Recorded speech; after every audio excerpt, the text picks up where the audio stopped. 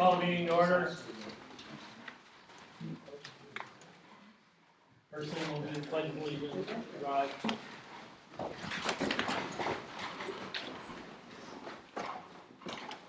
I pledge allegiance to the flag of the United States of America and to the republic for which it stands, one nation, under God, indivisible, with liberty and justice for all.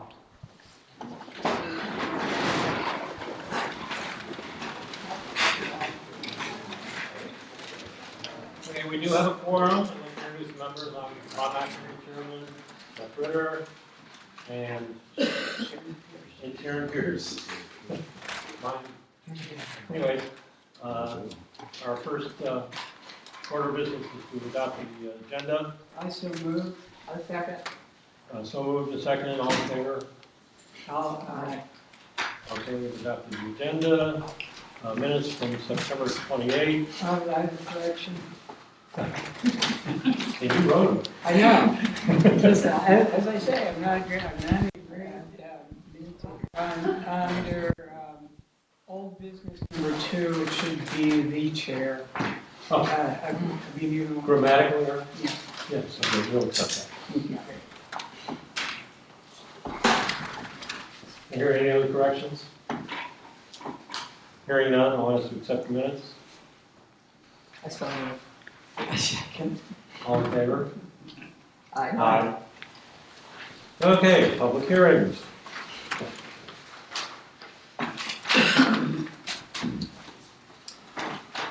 Okay, the first public hearing is for the Petter Sacks. Are they here? Yep. They're here.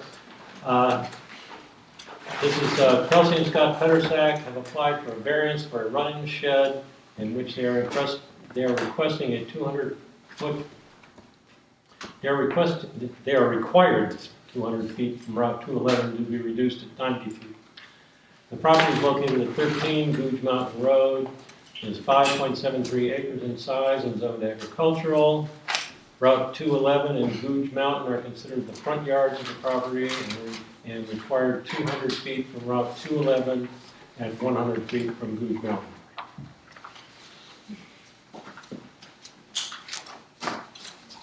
So we will open the public hearing and ask the Pettersack, whoever's going to say something, to please make their presentation. Yeah, sure. So my name is Scott. Nice to meet everyone. So as far as we've been made aware, this is the only complaint with the shed, that it's not 200 feet from 211. And we started the construction of it not knowing that it needed to be that distance.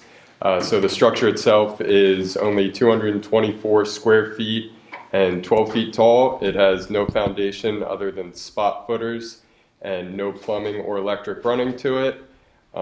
As we mentioned, it's currently sitting 90 feet from the center lane of Route 211 and 16 feet inside our property line. The current location was chosen as it required no grading in the field, as it's the only flat place in that field. It will serve the purpose of providing shelter for livestock from inclement weather on our small farm. The animals rotate through different fields, and it being only 5.73 acres, every little bit is important. Having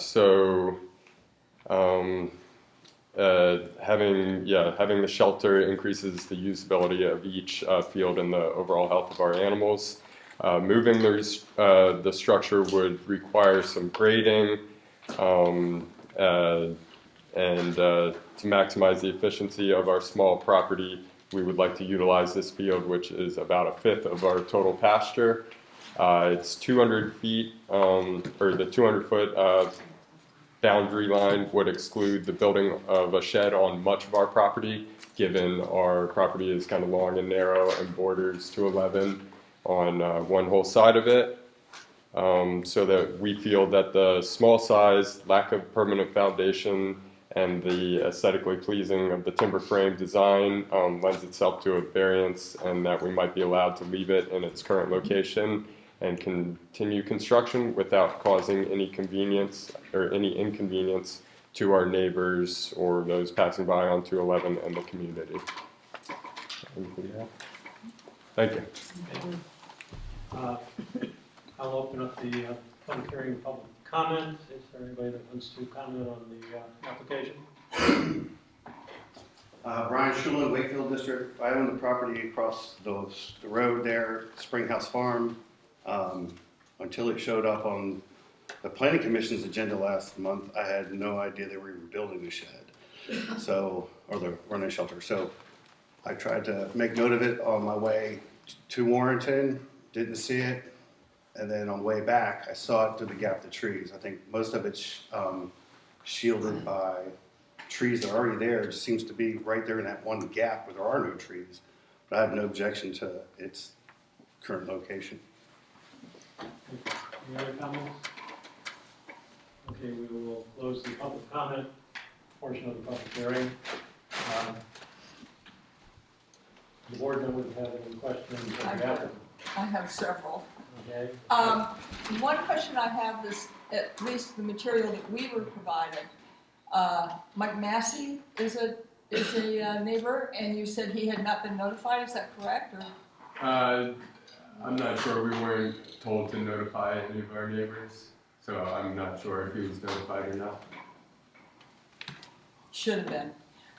The other question I have, and I don't know if you were asked this after our previous meeting, but we were curious where your septic is on that property. Sure, yeah, and we provided that.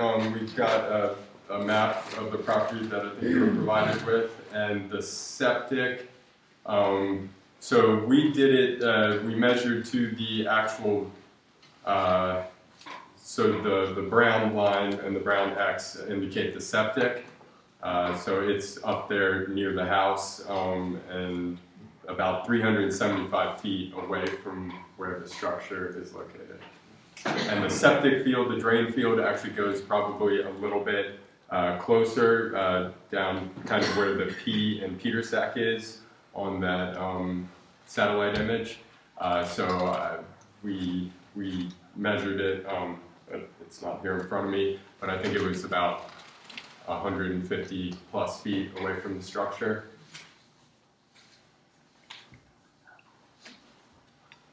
And then the drain field is marked on our plat. Yeah, the drain field is on the plat, so that's what we that's where we came up with the 150 feet. About where the P in Peter Sack is where it corresponds to the picture of the plat. So the other flat part in your property is the drain field, but at the bottom. So the drain field is on the other side of our driveway, so completely separated, not in the same field. Right. Unfortunately, our driveway isn't indicated on there, so we're the top parcel in that picture. Right. So yeah, the house isn't indicated on that plat either. So, but if you want to, kind of estimate where that drain field is drawn out on the plat and scroll to the satellite, you can get a pretty good idea. Well, I went and looked at where your shed is, Mm-hmm. and I mean, I gotta say, this is Rappahannock, and there's very few flat places in Rappahannock. I mean, that does not appear as a particularly hilly property at all to me. And it seems as though there are alternate sites where you can move it up closer to the fence, closer to the driveway. It still wouldn't be outside that 200 foot property or boundary from 211. So yeah, if we have to put it on a hilly spot to be 200 feet away, we certainly will. But we're just hoping for the variance so that we can keep it in the flat portion where it sits. But yeah, we understand that there are ways to build on hills. As I mentioned, we didn't know that there was a 200-foot variant boundary. We thought 15 feet inside of our property line would be sufficient. Obviously, we were wrong. What kind of animals?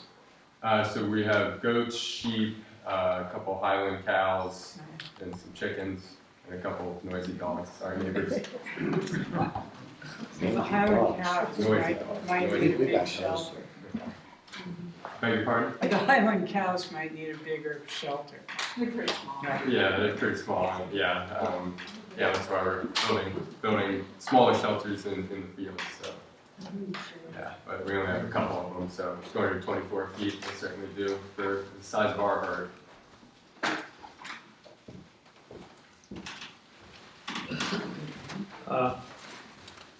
Okay, first, I mean, I understand the position you're in, and unfortunately, when you're not aware of regulations and rules or whatever, it doesn't mean they don't apply. Right. And that's basically the situation you're in. Yeah. We asked for, actually in the checklist for variance, you're supposed to require, or you're supposed to supply a sort of sort of a flat map or whatever that gives, and it lists various things here that are sort of included: lot dimensions, the property line, monuments located, which would be your pins and whatever, to show us the exact area of the property, location and size of existing and proposed structures, yard dimensions, setbacks, so we know what the setback is on the house from the property line, and all those various things which you did not supply. I guess I'm Then curious. the picture is not, was not, I mean, it was very difficult to see where the fence lines were and whatever. If that's where a drawing is. Well, I guess I just don't understand what the fence lines have to do with the building. So the fence lines are represented by the property boundary for what's relevant to the shed here. But yeah. A variance is a hard, fast kind of thing. It means that you don't have any alternative, and it's a hardship if it's not granted. And frankly, as I'm looking at this, I don't see that in this. And that's, like I said, that kind of makes it tough on you all, but yes, what, sort of the way the code is written, and we are obligated to follow the code, is that you have to basically prove to us that a hardship exists, that there's no other place that you could possibly locate the structure. And what I'm seeing is you sort of indicated it's an inconvenience, but there's really not a hardship in the, that you own the property, and I know that there's a driveway and whatever, but the zoning administrator said that it has to be 200 feet from 211 and 100 feet from the road across the front, which the name just went out of my mind, but anyway. So if I may, given the way our property is laid out and how it's very long and narrow, much of our property would be excluded from having any kind of building, including where our house is. Our house is not outside that 200 foot boundary, and that's how we bought it. I guess the boundary existed before the road was widened. So given that, it leaves quite a narrow window for how we can use our property in the agricultural way it's zoned. The way the driveway cuts up right through the center there, that field is long and narrow, and the vast majority of it is within that 200-foot boundary. Yeah. So that it creates a hardship that we can't use that field for anything that would need shelter. So we couldn't use it on rainy days if we didn't want our animals to be out in the rain. It does, I believe, provide a hardship to us in that we could only use a small portion of our property given the layout and how so much of it is along 211. And there's one other factor that you have to consider is in the code, it talks about reasonable use of the property. In that if the property has, is being regionally used on this particular property, whatever, it tends itself more towards residential than agriculture, but that may be the reasonable use of this property. And there again, this is written into the code. And also, variances under the code are not encouraged. And that's what we have to deal with. So, So honestly, I don't know why the code has a 200-foot, requirement, because for a shed, it seems totally ridiculous to me. But I didn't write it. And we can't legislate. Yeah, but we can note it and see if we can change it when they when the ordinances are redone, because it seems to me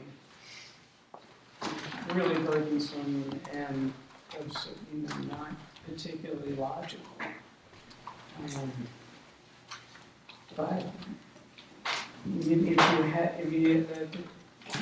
you could level out another part.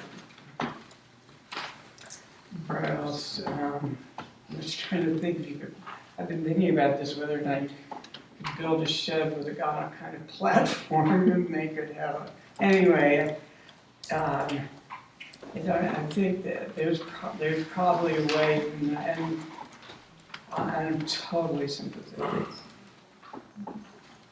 But I don't see how we can meet the requirements of a variance. can we get the staff comments from the secretary? Or if you have it? I don't have any. You haven't, okay. We had a similar situation several years ago or whatever, and the property owner did not go with it, because they did exactly what you did. It's a timber frame thing, and they got it started and realized, or in fact, I think it was in their case, they realized that they were in error. But what you are building is a permanent structure, because the timber frame goes into the ground, it's on footers and whatever. And there is a possibility in those situations, if you put in a building that is on skids, that's kind of like a shed or whatever, that if it's not permanently attached to the ground, then I believe, Michelle, you can chime in on this, is that does not have to meet the code then. If it is not a permanent structure, if it's a movable If structure. it's a structure, what's movable or not, it needs to be the code. Oh. Okay, well, that's new to me then, and so that's what we have to deal with. So. Well, I move that we deny the variance. We have to make the findings. Yes, we do. I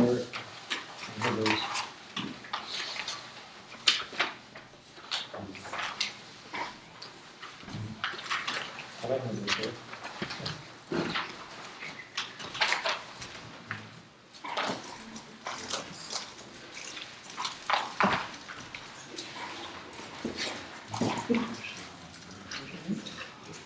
Did you make a motion? Yeah. Did you make a motion? Well, we're Trying to make a motion, but we're need to make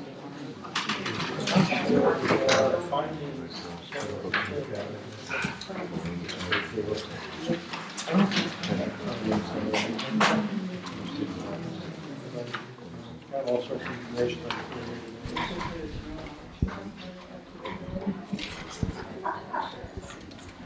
It's basically one of the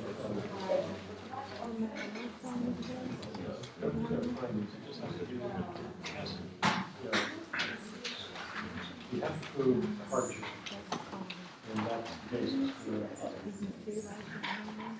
If there is an existing reasonable use of the property, neither an unreasonable restriction or a hardship exists, Right. and a variance may not be lawfully granted. Right. Okay. No such variance shall be authorized by the BZA unless it finds by affirmative vote at least three of its members that strict application of this chapter would produce undue hardship related to the property. Check that. If we not, do you find that there is an undue, the strict application of this chapter would produce undue hardship relating to the property? I do not find it.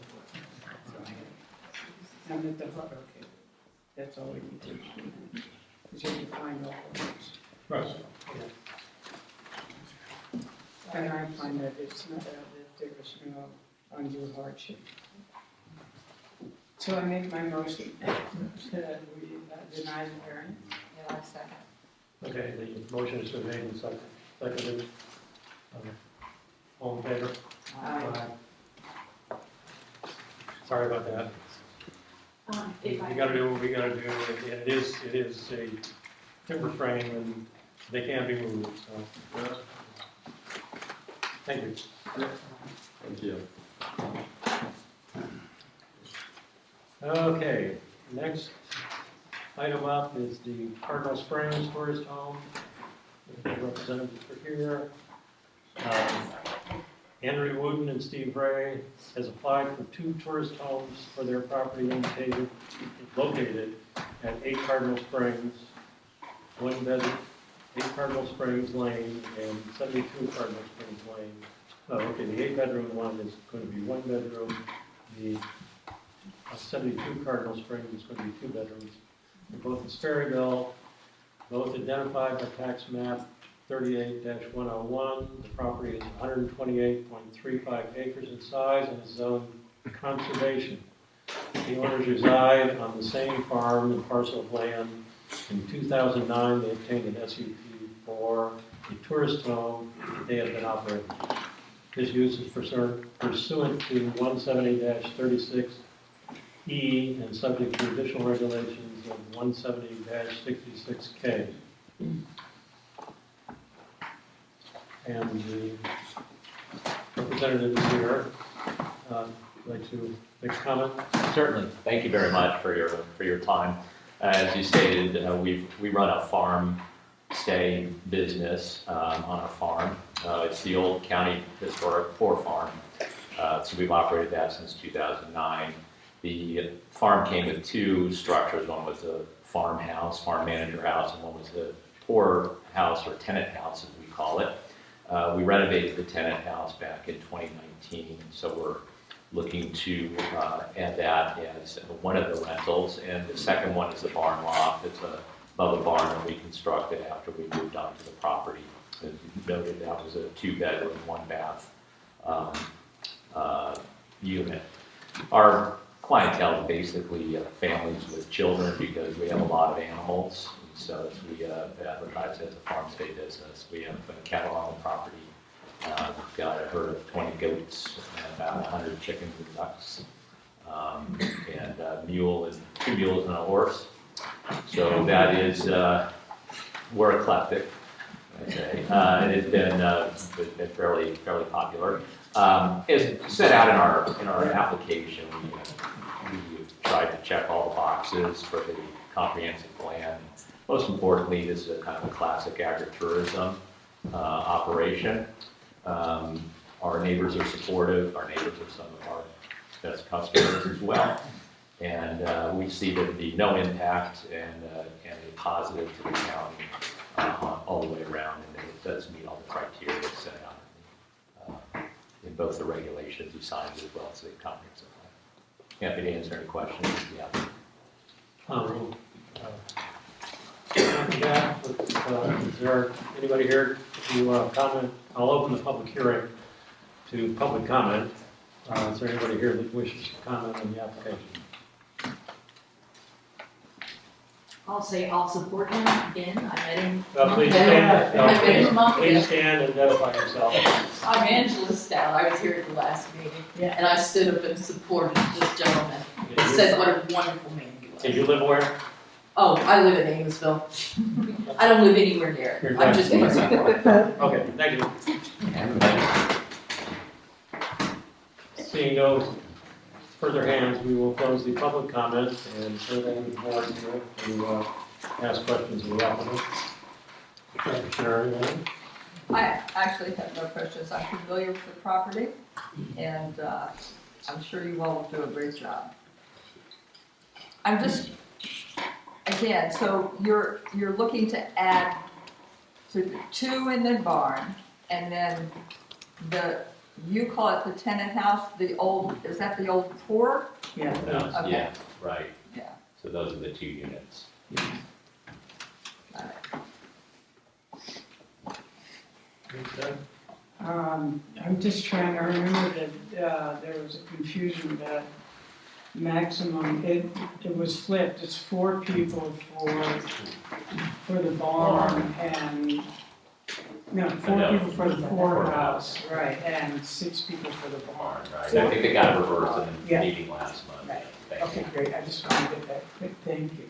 I think it's a fabulous application, it's really well done, I appreciate it. Thank you. Okay, yeah, I mean, all of the paperwork is in order, the health department has no problem with it, VDOT has no problem with it. We did get information today that you and Virginia We'll work it out. are, and that's for you to work out, that's not our area of Yeah. concern, I made a so. mistake. We'll work it out. I worked So anyways, no, I see no problems with it.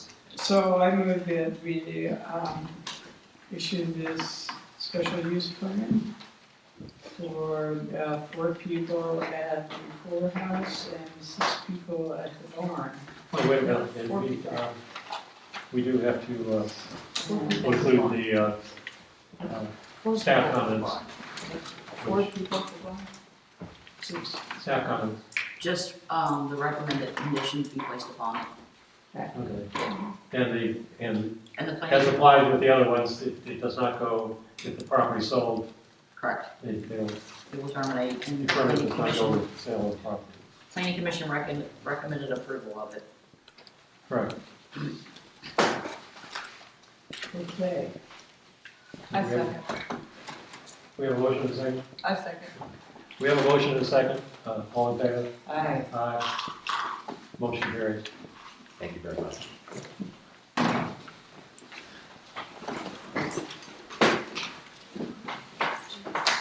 Okay, third item, third public hearing. Third public hearing, Winchell and Bello, tax map 23A-2-3-5, tourist home.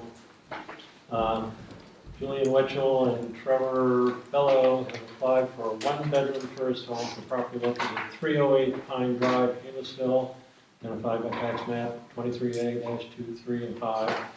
Property is located, the property is 16,697 square feet in size and is zoned rural residential.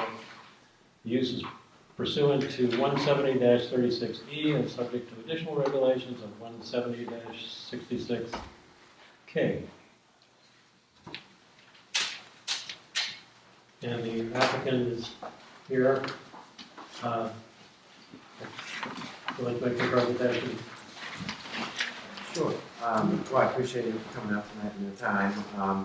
As you see in the application, this is just a small little house that bought and a place to get out to either sometimes the weekends or the week. So something that I'll be going to often and taking care of and doing things at, and then when I'm not there, renting it out. And seeing the application, and I've done everything I think that's needed. And yeah, I appreciate your time. While you're open, Yeah. there was a request from the planning commission on a assessment of the road conditions. Yeah. And what was the result of that? Got the civil engineer to come out and look at it. He sent the report and said that, we can read the summary like they did at planning commission, they approved there, but I think his remarks were the best. Okay, thank you. It appears that that the existing roads met the standards, is what came back from the engineer report. And you've got you're approving 4 people in a 1-bedroom house? 2. Oh, it's 2 bedrooms. No, it's one No, bedroom. it is, One bedroom. it is a one-bedroom, yeah, it's a one and a den. One question I did actually have, I was gonna ask later, but I guess now, while we're here, my whole thought is, if there's a couple that wants to come with a kid or 2, then does that break the rules just because, it's at 2 people? Is there anything we can do to get it to 3, or 4? I don't want that many people there, but if there's the occasional, We'll kid. we'll deal with that after Yeah. the public comment here. So, at this point, I'll open up public comment. The other people who wish to make comments, and please raise your hand, and we'll address you. Start over here. Hi, my name is Cindy Paget, and I'm at 309 Pine Drive, directly across from Julian and Trevor. And I've lived in the subdivision for 33 years, raised my daughters there. When I purchased my home, I purchased it with the idea that it was a residential area, not a business area. Not knowing of any other rentals in the area that were being done other than long-term rentals, not short-term rentals. I did send a letter to Michelle, an email back in September, when I was first notified by the county that Julian was going to turn it into an Airbnb 24/7, which kind of threw me off because I had spoke with Julian and welcomed him to the neighborhood, and it was my understanding he was going to live there full time. Him and his partner were going to be there full time. I did not know, that was going to be their home. Never was he had said to me that it was going to be an Airbnb until I had received the letter from the county, and he had come up and talked to me and said, I've been meaning to talk to you about it, and I had greatly objected because now I have a larger home that I've built on our existing property. Michelle probably remembers the problem with it, but anyway. And I do not want the value of my home to decrease because across the street is a rental property for somebody to weekend Airbnb. I'm going to read my letter and I'm going to read my objections or my concerns, and then there's quite a few of us here that probably want to follow up. I sent a letter, like I said, to Michelle, an email. I said I have high concerns with permitting this residence to run as a tourist home. Like I said, I lived in Rappahannock County subdivision Rappahannock Lake subdivision for over 30 years and never felt insecure or my safety in question until now. Having strangers come in and out the subdivision, which has been private forever, as far as I know. I've never had concerns about it. I have concerns for my safety and security if this home, which is directly across from me, is permitted to run as a tourist home. We are a smaller, older subdivision, and the house set on half acres or less properties, lots. Strangers will be coming in and out of our small development on a regular basis. Our lakes are private as well as our community grounds. I have high concerns that strangers would come back when they are not renting to use the private lakes and properties. We do not have the manpower nor the funds to police strangers in our subdivisions. We have no security in our subdivisions other than neighbors being neighbors. I have heard that there are 2 other houses considered doing the same thing. That would be just 4 houses in the subdivision, would be 1/10 of the residents in that subdivision would now be Airbnbs. I realize that we have an Airbnb on Pine Circle, and if I had been notified in 2005 of it, I would have objected to it as well. Why isn't the rest of the development, the subdivision, the neighbors notified of these applications? Why is it just the connecting properties? Because there are neighbors behind me that walk through there, and their homes are there as well, and they've lived there just almost as long as I have. We moved in there with the idea that this is a residential rural area, not a business area. Our roads are narrow gravel roads, and we have no public parking places. We cannot accommodate overflow parking because of this. We cannot have renters parking on the roadways or even beside roadways because emergency vehicles won't be able to pass by them. We've had those incidents in the past. I personally lived in Julian's house for a year while my house was being built across the street. It is a small home. The bathroom is barely big enough for one person to get in, much less two. It is a one-bathroom house, one-bedroom house. The bathroom is located on the first floor. The bedroom is located on the second floor. I don't know how we can accommodate more than 2 people in that house at all, okay? I don't think the septic system is big enough to accommodate renters on a frequent basis. And there were some issues with some pipe leakages and stuff that I was not aware of, but it may happen. My concern is the roads might be 15 feet across from side to side, not big enough for vehicles to pass. So when you meet somebody on the road, you have to give up a right of way, okay? I also understand that Airbnbs can affect the value of a property surrounded. I don't want our property value to plunge because someone decided they want to pay for their new investment through an Airbnb rental. There should be an acreage minimum for Airbnbs in Rappahannock County. We have acreage minimums for building our houses, and why don't we have them for Airbnbs? Rappahannock is a beautiful, safe county. I chose to live here for that reason. I raised my children here for that reason. We are not Northern Virginia, and I'd like to keep us that way. I was told by Julian, like I said, that he would be a full-time resident, meaning he would be the only one being there.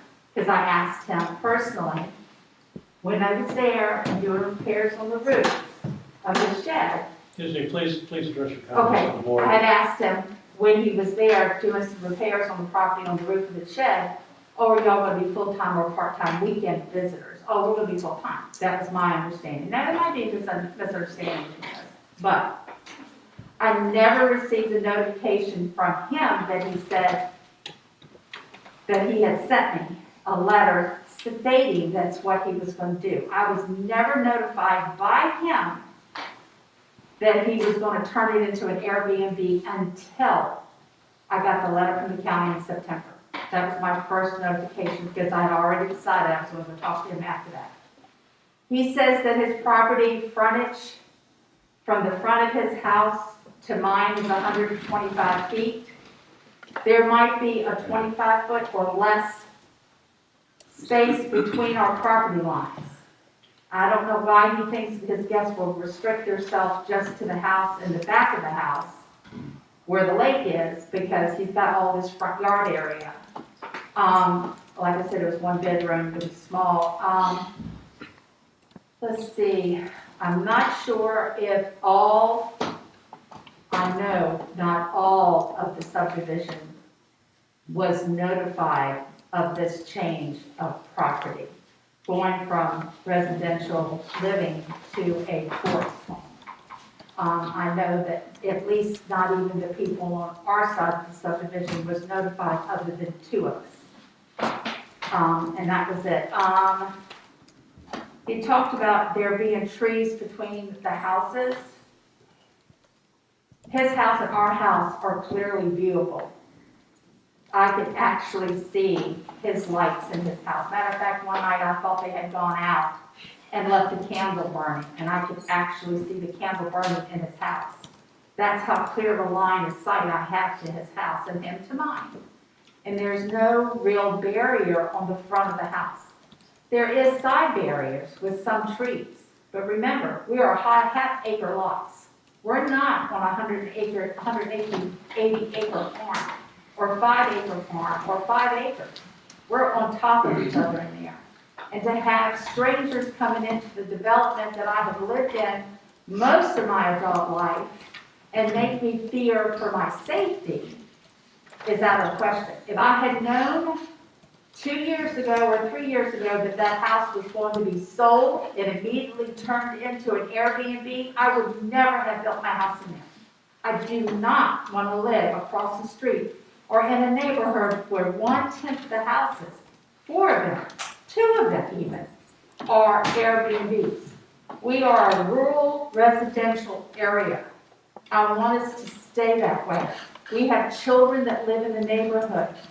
How are these strangers going to know to slow down? Because these kids are walking the roads in there. They walk to the lakes. They go swimming down the lakes. I fear these strangers coming in when we can't police them and keep them out. We are private. We want to stay private, not public.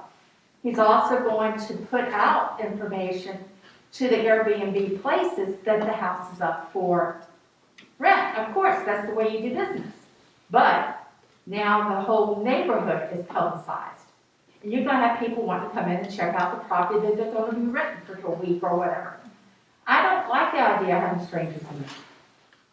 I fear, as a widow by myself on the property across the street, my safety is at high concern. And I will call Rappahannock County all that I can, the sheriff's department, every incident that comes about. But I fear for my safety, and I want it to stay residential. Home. Next. Thank you. Hi, my name is Laurie Smith. I live at 12 Wilson Street in the Rappahannock Lakes neighborhood. This has been my residence for 22 years. This is a neighborhood. This is not a resort. There are already 2 Airbnbs that actively operate in our neighborhood. With each additional vacation rental property, our common areas become more and more busy with strangers who leave trash and do not respect our community. They also do not respect our very narrow roads and the fact that people walk these roads daily. Children walk to the school buses, we walk our dogs, the roads are very narrow. And my next question becomes, how many is too many? If this one is approved, there are other homeowners in the neighborhood who will also be looking into turning their homes into Airbnbs. What's the limit? Where does this stop? Please deny this special use permit and keep our neighborhood just that, a neighborhood. Thank you very much for your time. I also want to say that I have a petition here signed by a good group of the people in the neighborhood, most of whom are here tonight, and who are not. I didn't know if that was something that I should pass along to the BZA. Well, Thank you very much.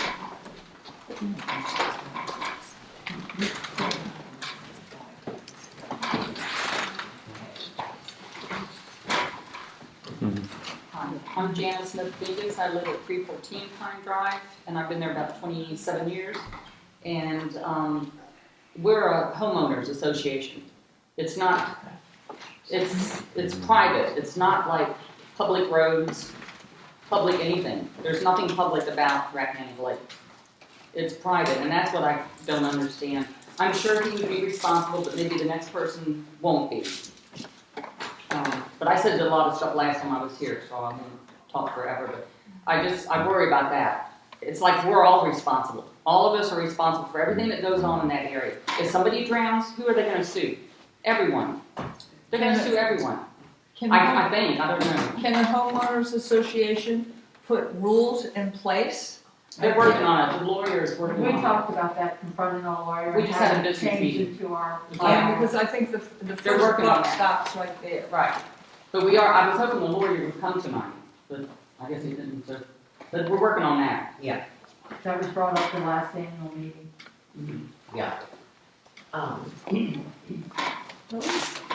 I'd like to say something after all these young people have been talking about it. Most of you know me. I'm Louise Ellis, and we bought the property, not actually in Rappahannock Lakes, but the leftover property from when they formed the subdivision. We are still part of the association and all that, but officially not Rappahannock Lakes.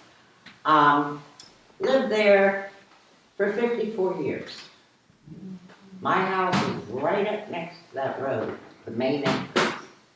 I cannot open my windows, especially on Friday evenings or Saturday mornings or Sundays about 11 or 12, when those people are coming and going who are not familiar. There's supposed to be a speed limit in there. And you, well, it's natural for all of us to greet each other, and we don't always agree, believe me, but we respect each other. Yeah.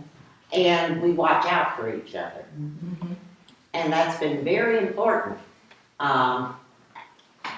to us. As my daughter Renee says, I hold court on the front porch every morning. For those who haven't gone to work. But it was, and when we moved there, we were the only full-time residents.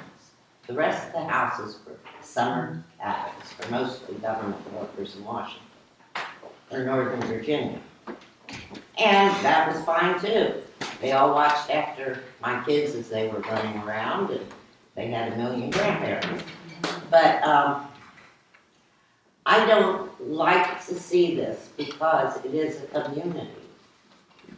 It was never meant to be a motor society.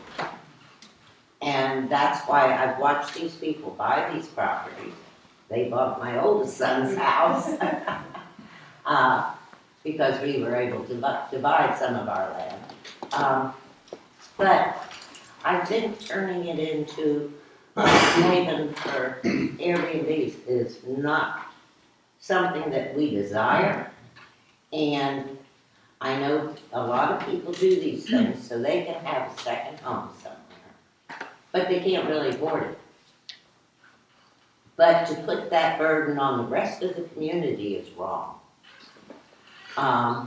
Even for the county.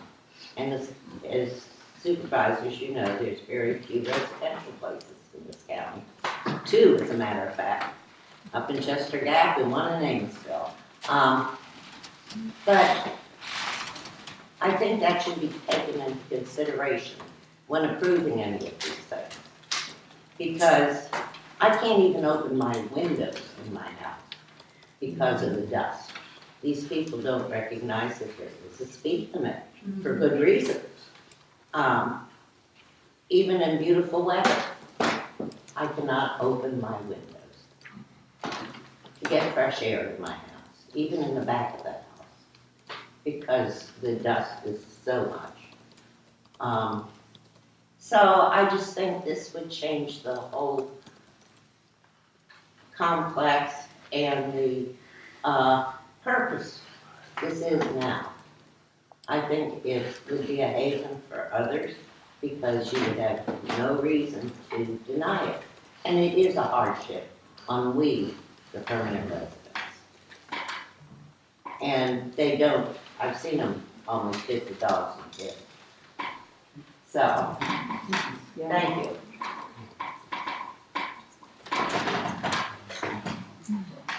Hi, my name is Mark Reinhardt, and I live in Rappahannock Lakes, also at 12 Wilson Street. My lot is about 300 feet away from the applicant property. It backs up to Ms. Stout's property and meets on the corner with Ms. Padgett's property, so we're very close to the applicant property.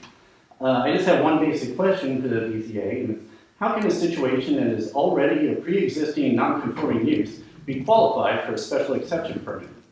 So I just want to point out a couple things in the regulations. A special exception permit for a tourist home requires a Type 2 road. This is required by Section 170-66, Section K, number 6. Private roads serving tourist homes and bed and breakfasts shall meet the standards for Type 2 roads, shall meet, set forth in Section 170-86 and 170-87, and also shown in Appendix A of Chapter 147-4, which is the construction standards. These 3 code sections describe the Type 2 standards, which include lot density, total number of lots served by the road, and the road construction standards. For Section 170-86, Type 2 is described as serving lots which meet a density of 1 dwelling unit per 25 acres. The applicant lot is 0.34 acres. Section 178.7 says a Type 2 road shall serve no more than 5 lots. There are approximately 15 lots that are served by the road. They are all about 0.3 acres in size, third to a half an acre. So neither of those requirements are met by the existing road. Section 147.54, Appendix A, defines the construction standards for a Type 2 road, which defines the width, shoulders, grade, and ditch standards. The Hinchy Baines Road Report, submitted by the applicant that they had commissioned, required by the Plan Commission, It proves that Pine Drive does not meet the Type 2 standards. The shoulders, ditches, slope, and width of the right-of-way do not meet Type 2 along Pine Drive. I'd also like to point out a glaring error that's in the roads report. On page 3, just above the conclusion, the last paragraph, the report states, Pine Drive has a 40-foot right-of-way. Therefore, the right-of-way standard is exceeded. That is not true. The width of a right-of-way specified for a Type 2 road is 50 feet. 40 feet is less than 50 feet. Therefore, the standard is not met. So the only way to call a road a Type 2 road is if it meets all of the standards specified. So between 170.86, 170.87, 147.54, Pine Drive is not a Type 2 road. And even if it were constructed to Type 2 standards, it's still not. Pine Drive meets none of the standards. The entire neighborhood is already a pre-existing non-conforming use and could not be built the way it is today.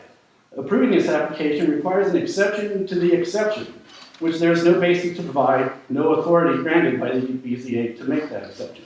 This is shown in 170-49, which says limits on authority. Section A says, neither the BZA nor the board shall have the authority to vary, modify, or waive any of the regulations or standards prescribed for a special exception permit. The discretion of the BZA and board shall be limited to determinations with respect to the standards defined as use covered in the application. So essentially, the BZA and board is provided we can't change the standards, as in 170, 86 and 87, or 147, 54. We can't change the standards, but we can make determinations if those standards are adhered to. So BZA cannot change the standards, it can only make determinations if something meets the standards. BZA doesn't have the power to say it's close enough in regard to a Type 2 road. A private road serving a tourist home shall meet the standards for Type 2 roads, and the BZA is restricted from waiving those standards. This application is a non-starter, and it must be denied. Can I ask you a question? Yes. The existing road is gravel, is that correct? Yes, they're all. It's gravel all the way through? All the way. Thank you. Thank you.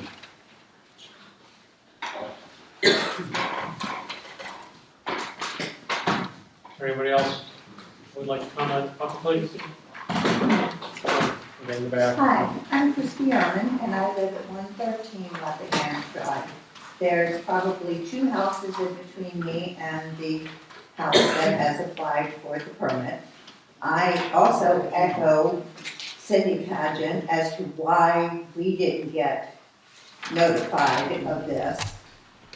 I have been there for 22 years. I am a single senior citizen. I walk my dogs twice a day. 5 o'clock in the morning, I walk my dogs. I walk my dogs in the evening. It takes a while when you move into a neighborhood to feel comfortable, to get to know the people, for it to become a community. And we are there. I feel comfortable. But like Cindy Pageant, if I have people coming in that I don't know, or that the homeowner is not related to or friends with, I have a problem with that. A real problem. And I think it will change my lifestyle. That is my haven. That's my home. It's not a business, it's a community, and it's a home. And it means everything to me. And I would appreciate, because we are one of only 2 neighborhoods in Rappahannock County, and by Rappahannock County standards, we are on top of each other. If there are no set rules for these visitors' passes, when it comes to the neighborhoods, then we need to stop and we need to take a really good look at this. Because again, who are we serving? The residents that have been there for years? Or somebody who is coming in and wants to make money? Thank you.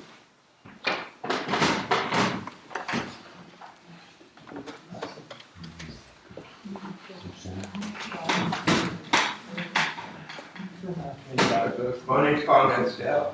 the 311 Pine Drive, next to Cindy Pageant across the street again. Did not get notified. One of my main concerns is I see the homeowners association as a neighbor. Our property, our common property, adjoins or butts Trevor's property. We want to notify this all this time and energy everybody's put in probably didn't have to happen if the homeowners association was notified. So the majority of us would have asked that you not approve the tourist home. The community pays to stock fish in our ponds. We have folks that come in there that are fish those ponds without licenses, trespass, set fires in areas that aren't safe. Oftentimes, I am, as one of the few people that are around our lot, other than Christy and some of the other women, I'm forced to confront people that I don't see or don't know that are using the community's resources. And simple fact is I feel like the homeowner association should be notified as the neighbors. Also, if folks are going to be using our ponds, which I pay dues, so do they do, to stock those lakes with fish and use them for swimming fish, we have a liability and we have to pay insurance. So if somebody drowns or gets hurt in those properties, in those lakes, then we're going to be responsible. Angela, my wife, and I have lived there 20 plus years. We've raised 3 children there. We are invested in the community. We think the Rappahannock Lakes is consistent with the county's comprehensive plan. We want to keep it that way.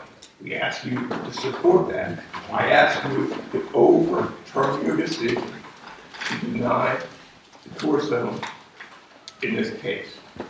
Thank you.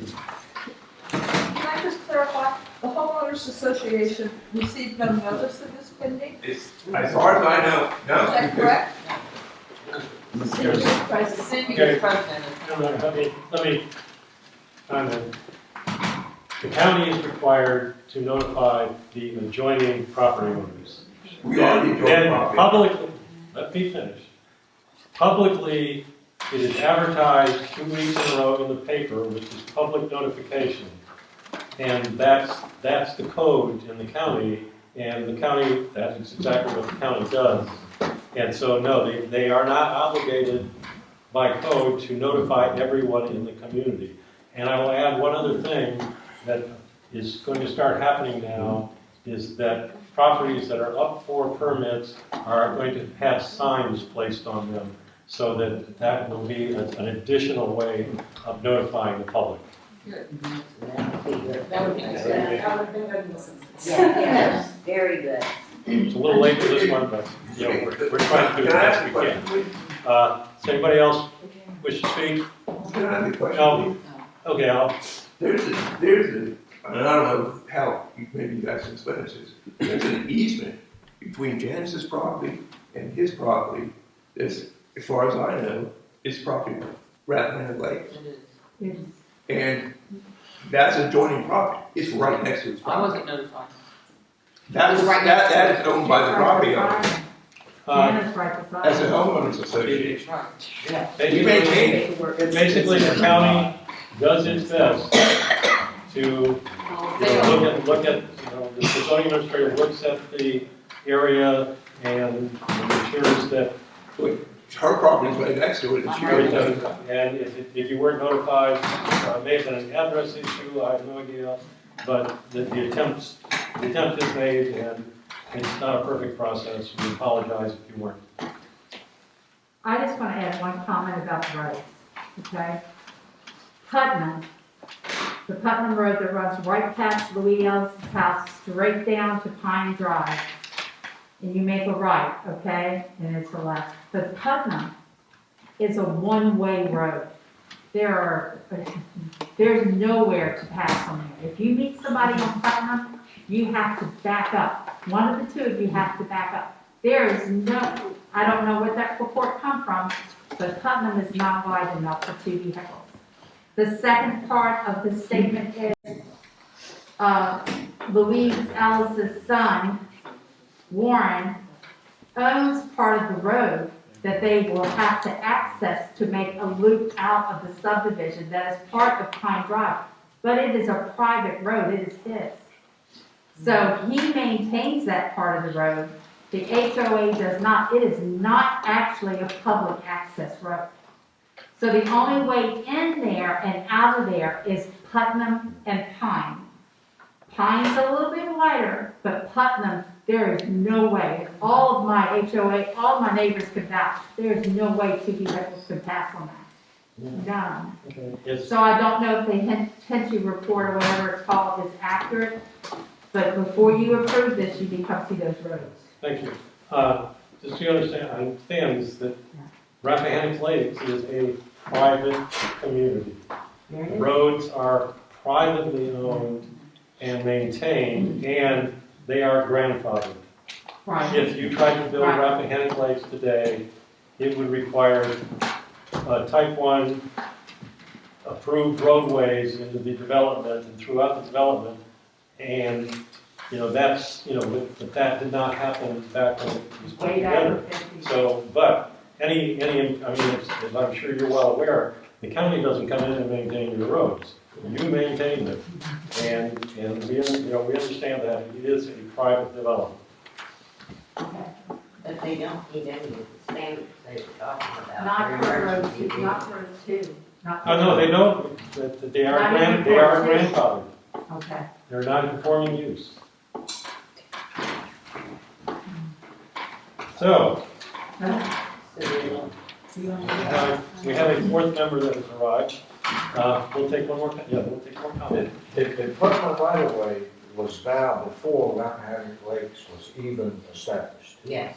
That was put back for the Putnam Farm, which is on the other side of the lakes. Yeah. And the association just took the road over and started using it. The deeded right of way into that place is Lake Drive. Oh, the other side. Yeah, Lake Drive. The other side. Putnam was just something that they start maintaining because the road used to be just for horse and buggies. I mean, that's what it was for. And now, if we developed, built the road up. It's all part of the private development. Yeah. Yeah. Well, a lot of it isn't. A lot of it is not part of Rappahannock Lake. It is not. It goes through my land. Yeah. It's the right of way, and it has nothing to do with Rappahannock Lake. Are there easements? I don't know whether there ever. That's a right of way. It's on my deed. That's a right of way to Putnam's Farm. But it's a right of way to Putnam's Farm. It It has doesn't nothing have to to do build with it all Rappahannock day Lake. long. And quite honestly, I don't think a lot of this has to do with the application, so. Well, I think off it course does here. exactly getting people in and out.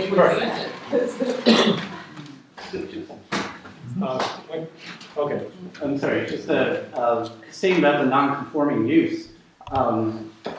It is true, it's all non-conforming, but how can a new use that has to conform be placed into that? That's outside of anything that can be called grandfathered. It's pre-existing non-conforming. Any new use has to adhere to today's standards, which means a type 2 road by the standards specified for a type 2 road. So that's where I can't see how this can even be possible. And if we just railroad through all the standards for a type 2 road, there should be a really good legal basis and rationale behind that. And I've not seen that. No, and we are not discussing, we're not requiring that. We're listening to what you're saying. Thank you.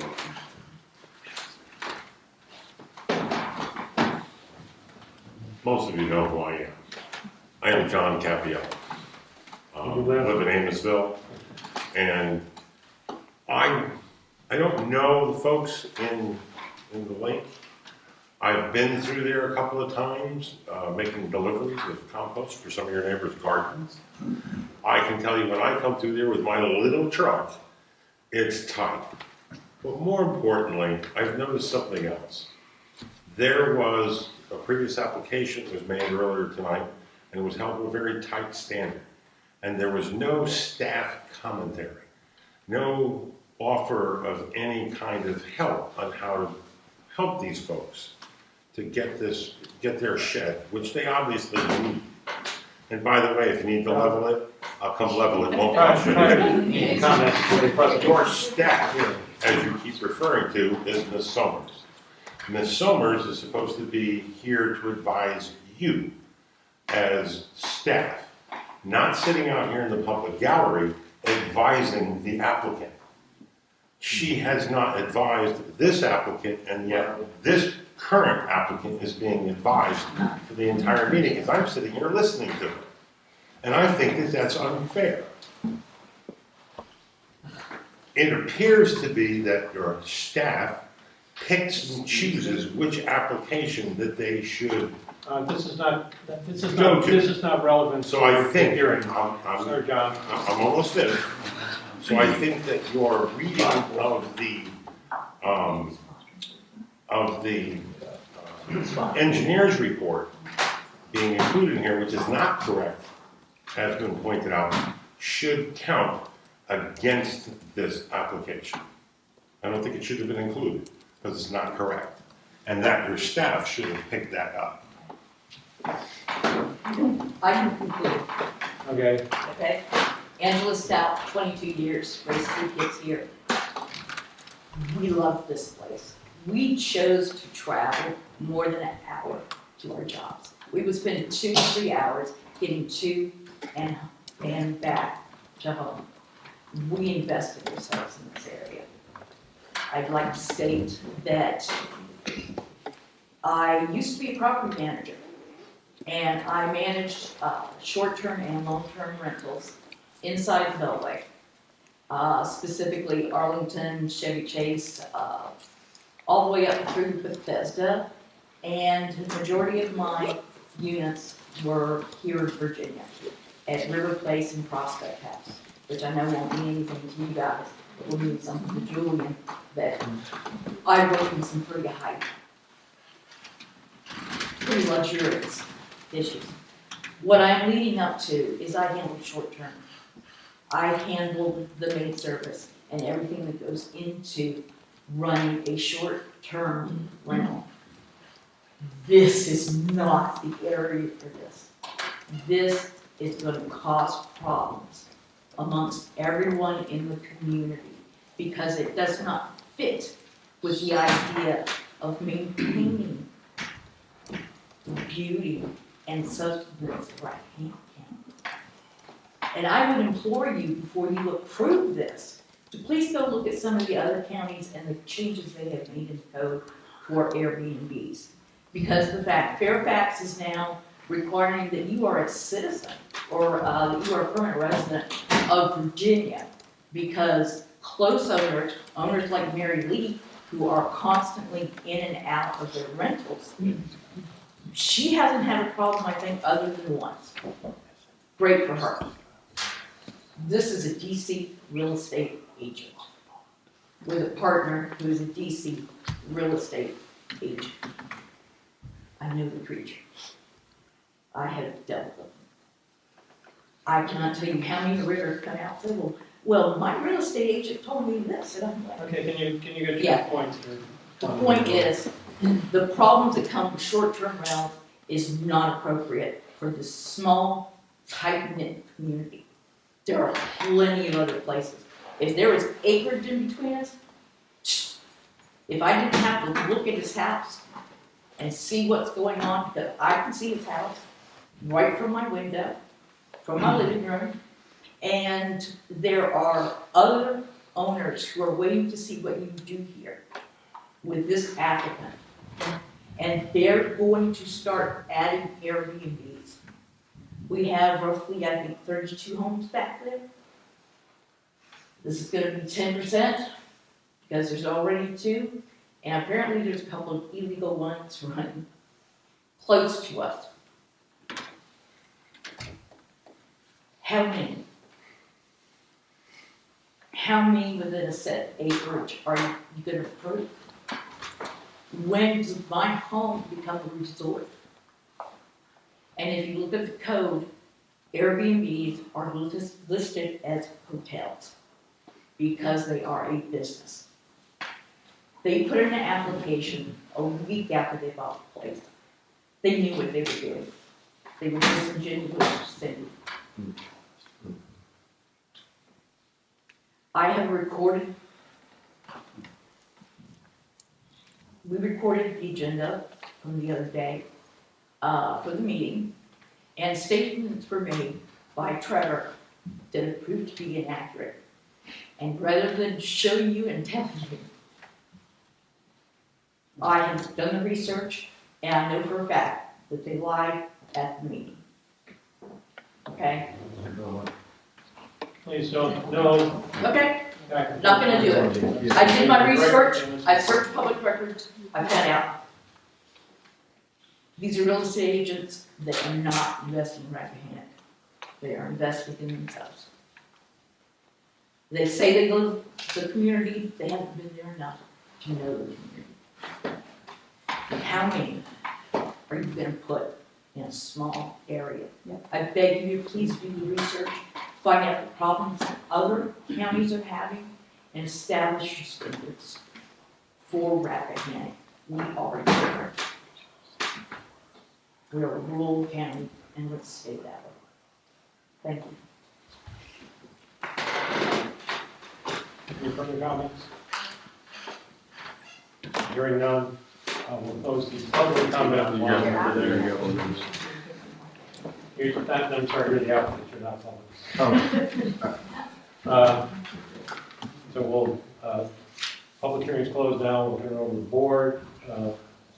When the board members have questions, we'll start here with Sherry again. Well, I mean, I hear you, and I think this is a very upsetting case, and I encourage all of you to go, talk to your homeowners. That's your first line of defense. Second line of defense is you need to talk to your supervisors and your planning commission, because the whole Airbnb situation in this county is whatever. And we have young people who cannot find rentals because those rentals are Airbnbs. But it's not going to change unless everybody gets hollering about it. I have real concerns about this application. I don't think I can approve it. I have concerns because of the road. I mean, I'm getting runoff all the time on my roads by the city people, and I live on paved roads. I can only imagine what it's like on a narrow gravel way. That's a public safety issue, even if it is a private community. So that's what I got to say. But we don't legislate.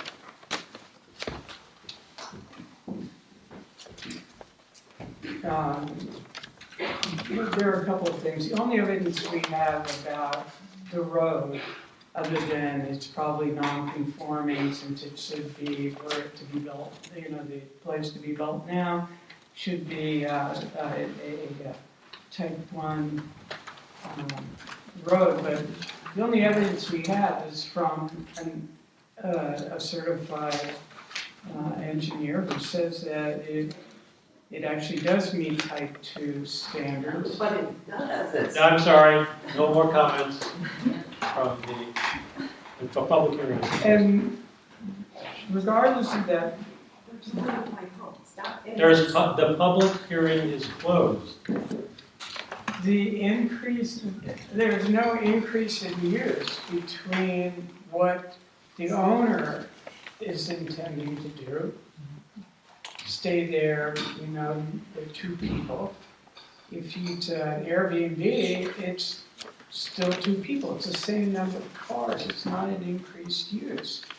There's nothing in our ordinance that says that we should distinguish private communities from any other in the Rappahannock County. It may be that should be there, but it's not.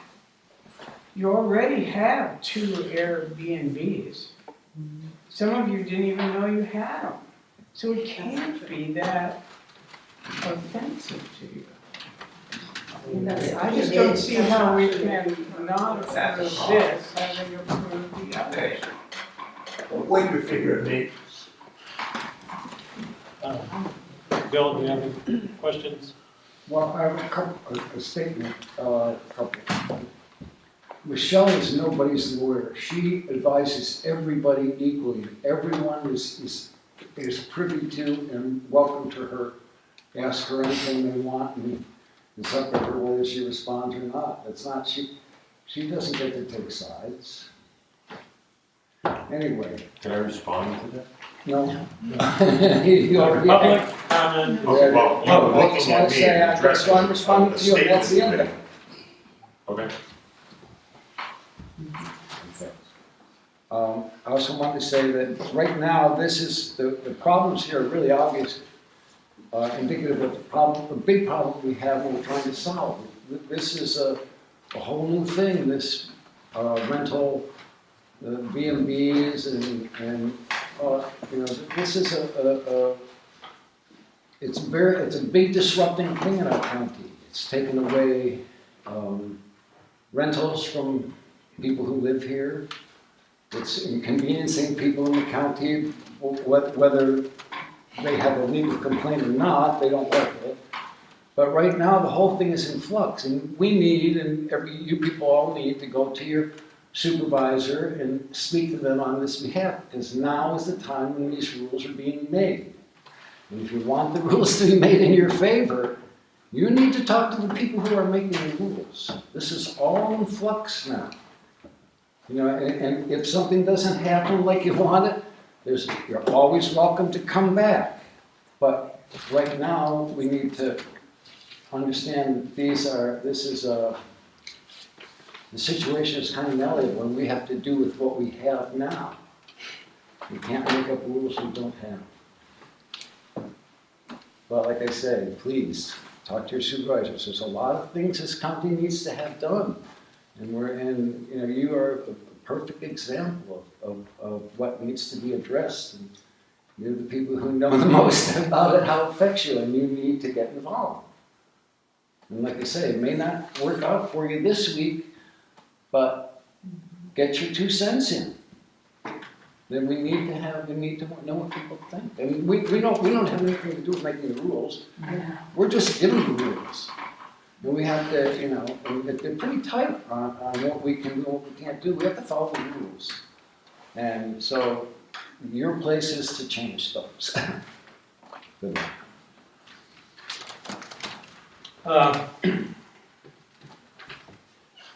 I see this, we get these requests all the time, and they're on, you know, occasionally they're on private roadways or whatever, but I have to look at Rappahannock Lakes as being different from a private lane, a single private lane with owners on that, and that it is a private community. You own all the roadways except for Putnam Mills, that's the questionable one now. But I think in situations like that, you have to listen to the people in the community. And you know, they bought there for that reason. They have an HOA, which when it was put together, how many years ago or whatever, and there was this short-term rental trend, which is a recent trend or whatever, that they would have included that in their HOA. And many HOAs do have that. And so in this situation, I think you've got to listen to the majority. And it appears from the comments that we've heard that the majority of the people in the private community, this is not what they want. Can I ask another question? I just went through this in my own HOA and upgrading the bylaws to just this very thing. Does this HOA have bylaws that expressly address this kind of thing? No. No. See, I'm surprised at what my HOA can tell me I have to do and I can't do. And maybe the HOA doesn't realize the power that they have to manage these things in a way that you all agree with. Because I got voted down in 2 things by a majority vote on, you know, and HOA's rule. That's their Well, way. they did, before you got here, Yes. they did Yeah. identify the fact that They it in are. fact has come up in their meeting, and they are taking steps right now. Oh, I to see. build that- There is build no that in, specific- but it does not exist at this point. Okay, that's all I want. Yeah, we-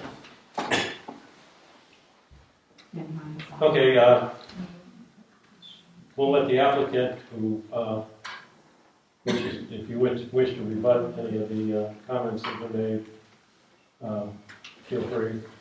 Sure, yeah, just a few. I mean, firstly, I never said I was gonna. And don't address. Okay, well, I never Yeah, said. you I was don't talk gonna- to us and be nice and stand up, that's always the most polite. That wasn't my intention, I missed that misunderstanding about there was never planned to be here full time, it wasn't planned to be here on the weekends or at some point during the week. So that was, it must have been this, understanding on that end. But, I mean, I understand all your comments and everything, and I respect all of your everyone's want for privacy and doing their thing, but, I mean, this is the BZA, it is, just the zoning law and also what the HOA rules say, and then I'm on the board now, working on getting some possible, bylaws enacted for that, but currently it's allowed. And I did also want to say, I mean, Cindy and I, we've been getting along, I hope, we're, right across from each other, so we do see each other, but there's still, definitely some distance, but when I originally came to the house, we were talking, and, they had mentioned that it would be a good B&B, and talked about it a little bit at that point too, so, I mean, it's not that, I just slipped this in, it was definitely talked about before, so, yeah. But I'm not trying to impede on anyone's privacy or their own peace. This is the last thing I wanted tonight of all this commotion. It's not what I was coming here to do. I'm just trying to go in, have a secluded getaway that I can rent on my own, not try to, impede on anyone else's, their own private property. And, okay, now, Michelle, do you have any recommendations for staff? The planning commission recommended approval. Staff conditions were included. They also recommended that they comply with dark sky lighting. I'm sorry, what was that? What's called? Dark sky lighting.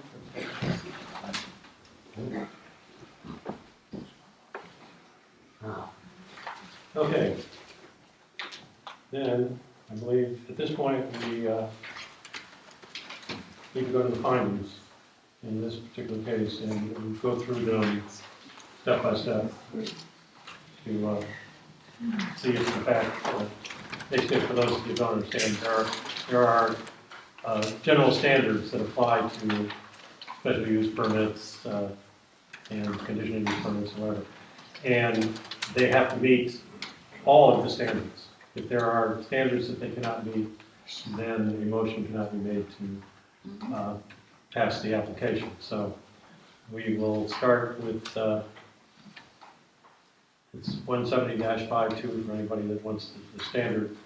A is, the proposed use shall be such that it will not adversely affect the use or development of neighboring properties and shall be in accordance with the applicable zoning district regulations. The location, size, height of building structures, walls, fences, and the nature and extent of screening, buffering, and landscaping shall be such that the use will not hinder or discourage the appropriate development and/or use of adjacent or nearby land or buildings or impair the value thereof. So, consensus from the board. Yeah, you start with the first part of that sentence. The proposed use shall be such that it will not adversely affect the use of neighboring properties. So do you find in favor of it to meet the standard, or does it not meet No, the I standard? say it doesn't. Okay, Dutch? I think it does. No? I think it meets the standard.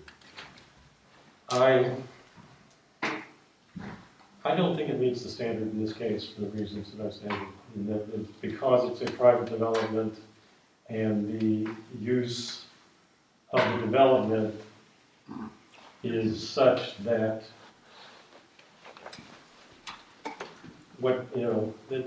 basically the neighborhood is not in favor of this type of use, and I think we need to respect that. It doesn't need to be either. And so that becomes in this situation, it is a 4-vote, or it's a 4-member board, and in order for the standard to be met, it would take 3 votes.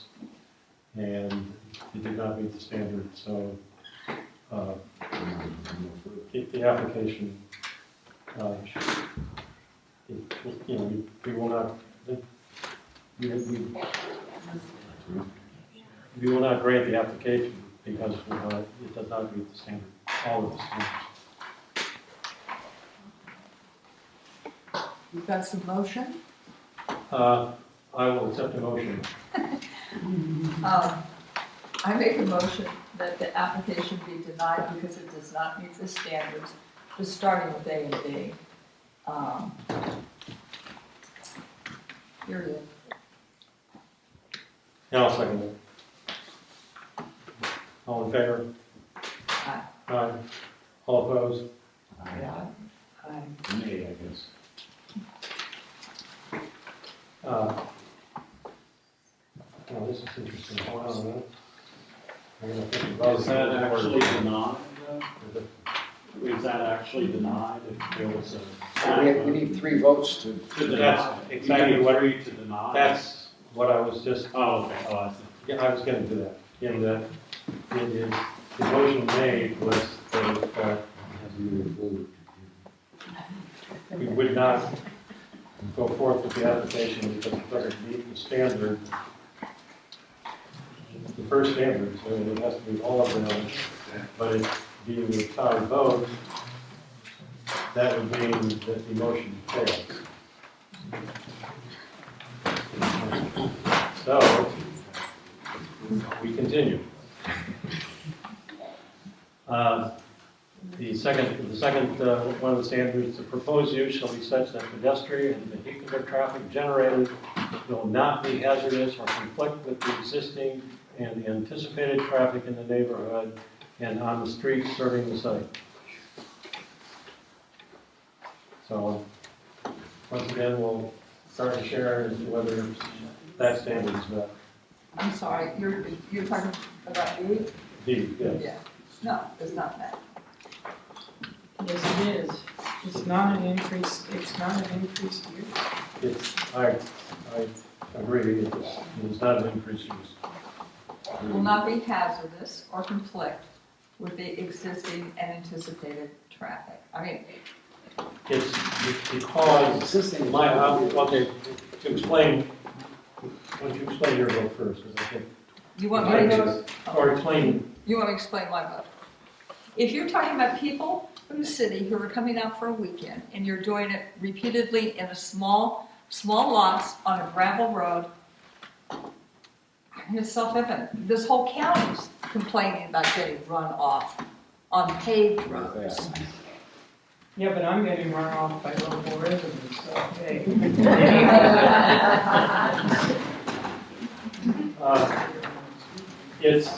Yeah, that kind of generalization is. this has to do with increase in traffic, particularly in that it's a 1-bedroom home. That's going to be 2 people, that's going to be 1 vehicle. Whether it's the owner's vehicle or the renter's vehicle, it's still 1 vehicle. No more public questions or comments. And so in this case, for B, no, it's not going to be a problem traffic-wise. You can't, and as Steph just said, we got a lot of people that are residents in this county that roar down these roads, and I've seen them, we've all seen them, and you know, they are as much of the problem as anybody that comes here as a tourist. So, which way did you go? Okay, you do one more. Okay, so that one's we're going. Or you could move to approve it and that might be the only way. Thank you, Alex, but we're gonna have to handle it in a sense. I know it's frustrating. You've He's been got the here before. hat t-shirt over there. Yes. Okay, the C is adequate utility drainage, parking, loading, and other necessary facilities to serve the proposed use shall be provided. Parking and loading requirements shall be in accordance with provisions of Article 9 and 10 of the zoning ordinance. It's one vehicle, off-street parking, not a driveway. Once again, we gotta go through it. Yeah, I agree. I think it probably meets that one. Yes? Yes. Bill? I think it's adequate. Okay. Nothing has been presented to show that it's. Correct. We'll go a little quicker on some of these here. Signs will be regulated part of the provisions. I don't think that's applicable. Does everybody agree with that? The future impact of the proposed use shall be considered and addressed in establishing a time limit on the permit. Existing and recent development for zoning, comprehensive plan shall limit factors used in addressing the future impact of the proposed use, considering the permit and appropriate protection of property facilities to ensure implementation of the comprehensive plan. There again, it's two people in one car.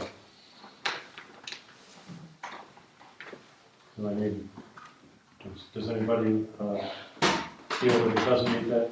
And against that, we all find for it. What? It sounds like we all find for it. Yes, well, I'm not hearing anything yet. Okay, well, I find. Okay, here again, the proposed, we gotta go through this, it's a formality, but we've gotta do it. The proposed use shall be such that air quality and surface and groundwater quality are not degraded. Two people, one car. So I'm not hearing any mention that.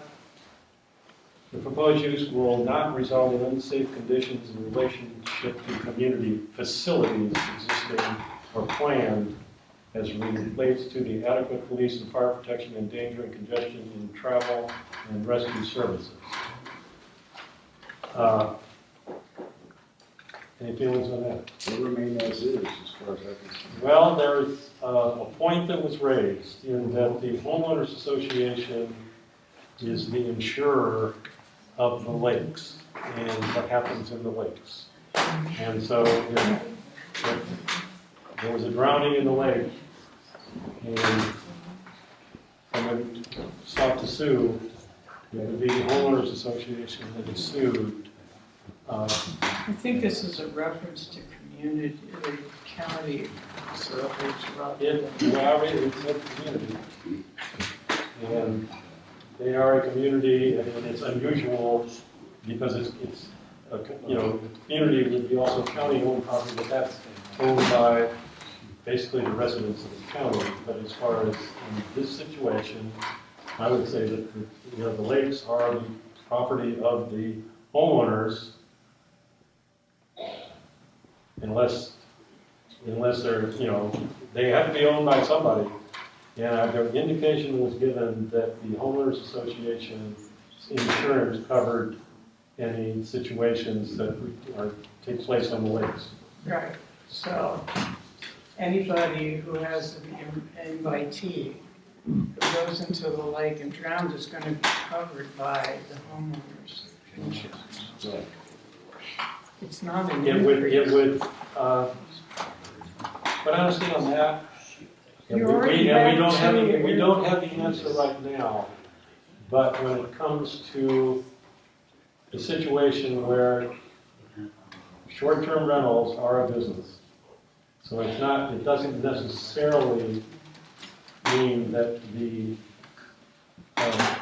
people that are renting are not necessarily invitees. they are engaging in a business deal to rent a piece of property.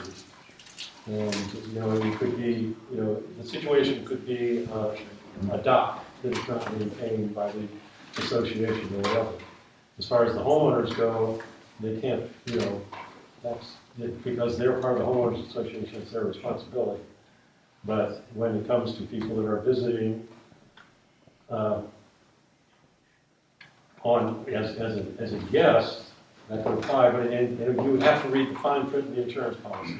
In the insurance policy, they say, no, it only applies to invited guests and excludes any, people that are There are not for already profit. I don't, two existing Airbnbs there. that may be the case, but they are non-conforming at this point to the extent that they are way non-conforming on one of them. Is that it was granted years ago or whatever, but. No, it wasn't that many years ago. Okay, well, I'm trying to say, he said it is non-conforming. It is a 3-bedroom house. And it was approved for 12 people. That would not happen tonight. That happened, that's history, it is what it is, it's not gonna change. But, I think it's important that we, if nothing else, I would, with the insurance question, because that could be an issue. And we don't have an answer, and because of that, we could, public hearing is closed, we can table action until to allow the homeowners association to see if in fact that could be a problem. My homeowners association has just decided that the shortest term rental that anyone can make in our development is 6 months.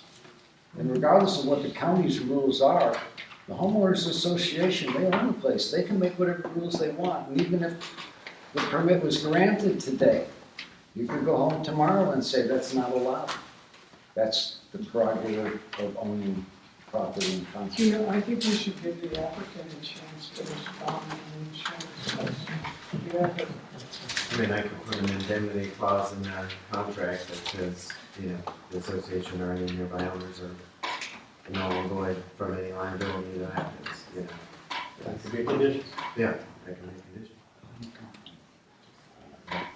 See, I'm not sure I'm not sure this is relevantly dealing with right now. I'm not sure it's the insurance issue. Because of the fears of the homeowners association Well, they have to take care of their own insurance. Well, it's just like my homeowners insurance, they just acquired insurance. I had to wait. It's just have to do it. That's one of the businesses that they gathered together as a community to address. I agree. It's not up to us, it's probably the responsibility. I agree with that, but that's why, do we, or can we put them in a situation where that becomes a factor? We can't force them to do anything.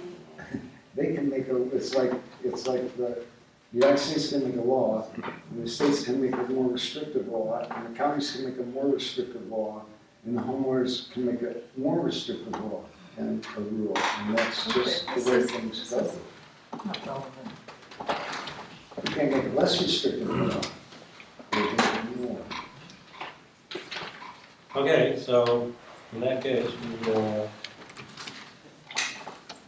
move ahead. Okay, so Sharon, your finding on G is? I'm sorry, what? Your finding on changes.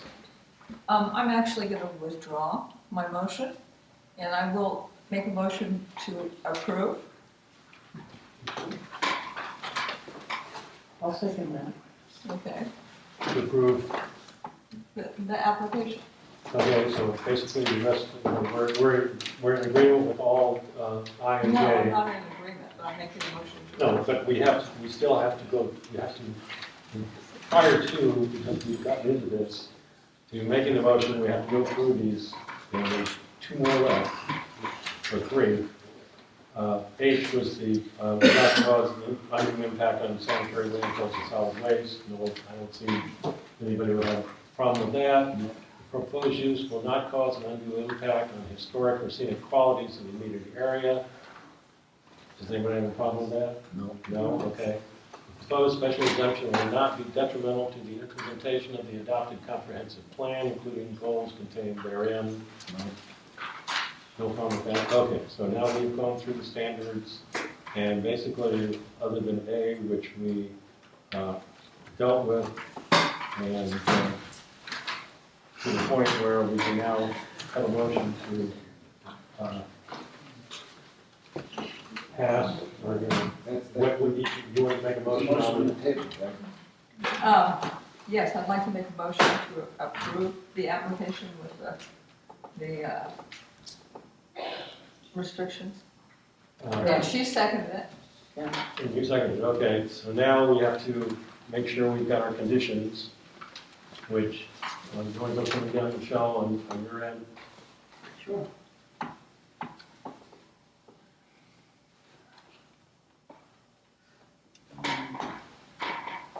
So from the staff report, it was a maximum of, it says 4 people. That can be edited to 2, wherever needed. Yes, but drop that to 2. It's a one-bedroom according to the health department. No food service will be offered to the renters of the facility. 3, the permit terminates upon the sale or transfer of the property. And then the planning commission had also recommended dark sky, that they comply with the dark sky lighting. And then we add in the insurance, I don't know what the proper term is for it. And then Identify the community against us. Right. Against damages caused to that. Well, no, it has to do with liability of the homeowners association for injury or, injuries on homeowners, on the homeowner association properties. Yeah. Property part of it. That would be the roadways and the lakes. Can we have a second? Yeah. Oh, we got a second, okay. Call for the question. Nay. Yes. Nay. Yes. So the motion fails. Permits denied.